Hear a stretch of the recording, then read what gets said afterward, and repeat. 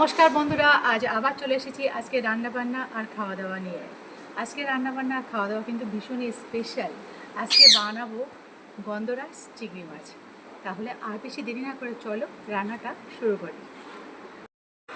গন্ধরাজ চিংড়ি বানানোর জন্য এখানে দেখো আমি 400 গ্রাম চিংড়ি মাছ নিয়ে নিয়েছি। এবার চিংড়ি মাছগুলোকে কেটে কুটে খুব ভালোভাবে ধুয়ে রান্না চাপাবো। চিংড়ি মাছগুলো কেটে ধুয়ে এতে একটু লবণ আর একটু হলুদ দিয়েছি।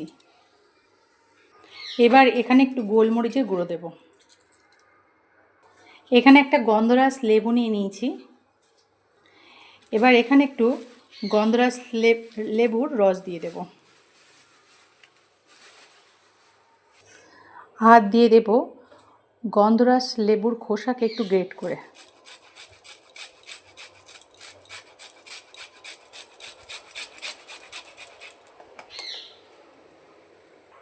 সামান্য একটু সর্ষের তেল দিয়ে দেব। এবার নুন, হলুদ, লেবুর রস, লেবুর খোসা, গোলমরিচের গুঁড়ো আর সর্ষের তেল দিয়েছি। খুব ভালোভাবে এগুলোকে মাখিয়ে নেব। গ্যাসটা অন করে কড়াইটা চাপিয়ে দিয়েছি। এবার কড়াইয়ের মধ্যে দিয়ে দেব সর্ষের তেল। তেল গরম হয়ে গেলে চিংড়ি মাছগুলোকে এবার আমি ভাজা করে নেব। চিংড়ি মাছগুলো ভাজা হতে হতে আমি একটা মশলা তৈরি করে নেব। বড় সাইজের এখানে একটা পেঁয়াজকে কেটে নিয়েছি, 4টে শুকনো লঙ্কা, 4টে কাঁচা লঙ্কা, 1.5 ইঞ্চি আদা আর এখানে 8 থেকে 10 কোয়া রসুন আছে। এই সবগুলোকে আমি একটা পেস্ট তৈরি করে নেব।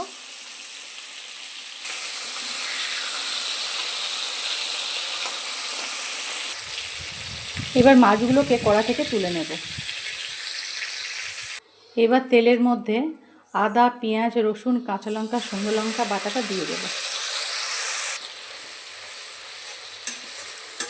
খুব ভালোভাবে এটাকে আমি কষিয়ে নেব।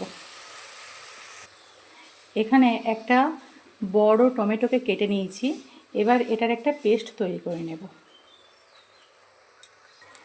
এবার টমেটোর পেস্টটাও দিয়ে দেব। স্বাদ অনুযায়ী লবণ দিয়ে দেব।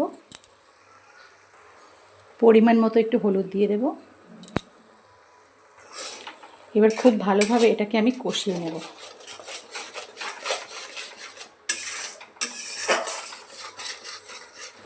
খুব ভালোভাবে তত সময় কষাবো যত সময় মশলা দিয়ে তেল না ছাড়ে, তত সময় খুব ভালোভাবে কষিয়ে নেব। এবার এখানে সামান্য কয়েক দানা চিনি দিয়ে দেবো, একদম সামান্য। খুব ভালো করে কষিয়ে নিয়েছি। এবারে দেখুন এই বাটিটাতে আমি চিংড়ি মাছটা মাখিয়েছিলাম সব কিছু দিয়ে, সেই বাটিটাতেই জল দিয়ে সেই জলটা আমি কড়াইতে দিয়ে দেব।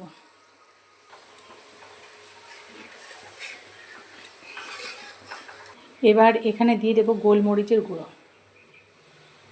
ছোটো চামচের 1 চামচ গোলমরিচের গুঁড়ো। এবার দিয়ে দেব ভেজে রাখা চিংড়ি মাছগুলো। খুব ভালোভাবে এবার ঝোলের সাথে চিংড়ি মাছ আর গোলমরিচের গুঁড়ো মিশিয়ে নেব। এবার কিছু সময় এটাকে আমি ঢেকে দেব 5 মিনিটের মতো। এবার ঢাকনাটা খুলে দেব।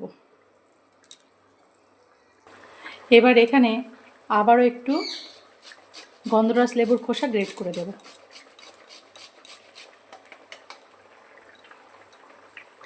এখানে দিয়ে দেবো 2টো গন্ধরাজ লেবুর পাতা আর লেবুর রস।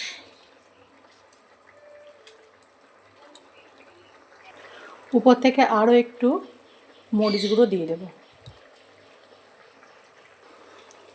সব কিছু খুব ভালোভাবে মিশিয়ে নিয়ে এবার গ্যাসের ফ্লেমটাকে অফ করে দেব। প্রস্তুত হয়ে গেল গন্ধরাজ চিংড়ি মাছ। এবারে খাবার টেবিলে চলুন সবাই মিলে একসাথে গরম ভাত দিয়ে এটাকে আমি পরিবেশন করি। তো থালা সাজিয়ে নিয়ে চলে এসেছি। এখানে ভাত, গন্ধরাজ লেবু দিয়ে এখানে চিংড়ি মাছ, তোমরা তো নিশ্চয়ই দেখলে যে কীভাবে বানালাম। আর এখানে আছে লাল শাক ভাজা। তাহলে বেশি দেরি করব না, খাওয়া দাওয়াটা শুরু করি। ছেলেকে আর কর্তামশাইকে খাবারটা দিয়েই দিই। দেখো ছেলেকে খাবার দিয়ে দিয়েছি। তাহলে বন্ধুরা আর লোভ সামলাতে পারছি না, খাওয়া দাওয়াটা শুরু করি।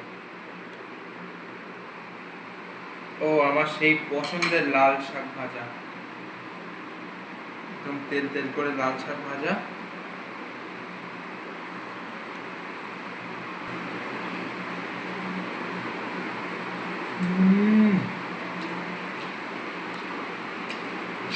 জাস্ট চিল চিল, জাস্ট চিল, দারুণ হয়েছে।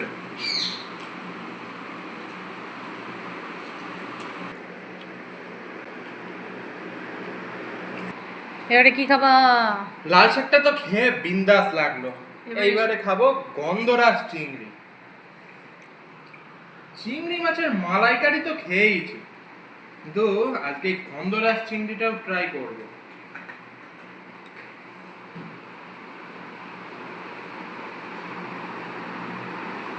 কালারটা তো দুর্দান্ত এসছে, এবার দেখা যাক খেতে কেমন হয়। কারণটা লেবু লেবু গন্ধ, এই গন্ধরাজ লেবু দেওয়া সেই জন্য না।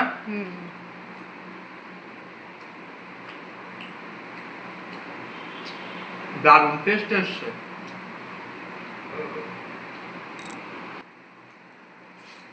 চিংড়ি মাছগুলোর মাথায় খুব ঘিলু আছে। শুধু এই চিংড়ি মাছে নেই, যে মাথাটা খাওয়াও কিন্তু অনেক উপকারী। নীল রঙের বড় বড় ডাঁড় আজকে চিংড়ি মাছগুলো।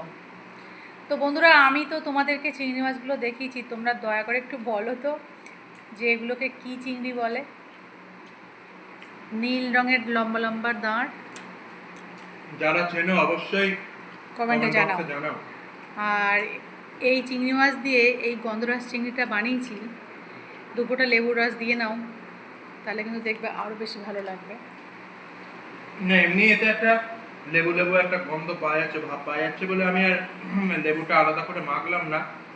তবে যাই হোক বন্ধুরা, আমাদের ভিডিওগুলো তোমাদের কেমন লাগছে অবশ্যই কিন্তু কমেন্ট সেকশনে জানিও।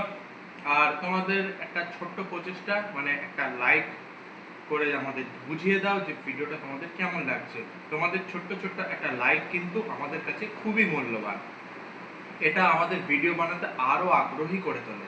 তো বন্ধুরা সাবস্ক্রাইব করে দাও চ্যানেলটা, আর পাশে থাকা বেল আইকনটা প্রেস করে দাও। আর যদি ইতিমধ্যে সাবস্ক্রাইব করে দিয়ে থাকো তো অসংখ্য ধন্যবাদ। আজকে এই পর্যন্তই, তো বাই বাই।